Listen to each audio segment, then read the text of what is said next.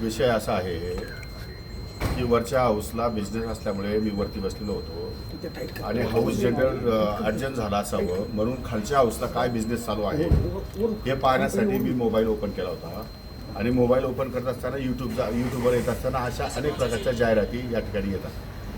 तर त्या जाहिराती स्किप कराव्या लागतात. ते स्किप करत होतो मी. स्किप करता करता त्या 2-3 काही कुणी माझ्या पेकडे असतो मोबाईल, माझ्या कोणाकडे असतो तो ती जाहिरात स्किप करण्याकरता मला एक 2-3 सेकंद या ठिकाणी लागले. त्याने 18 सेकंद दाखवलं आहे. त्याने जर आणखी पुढे दाखवला असता तर तो स्किप केलेलं त्यांनी दाखवलं असतं ना.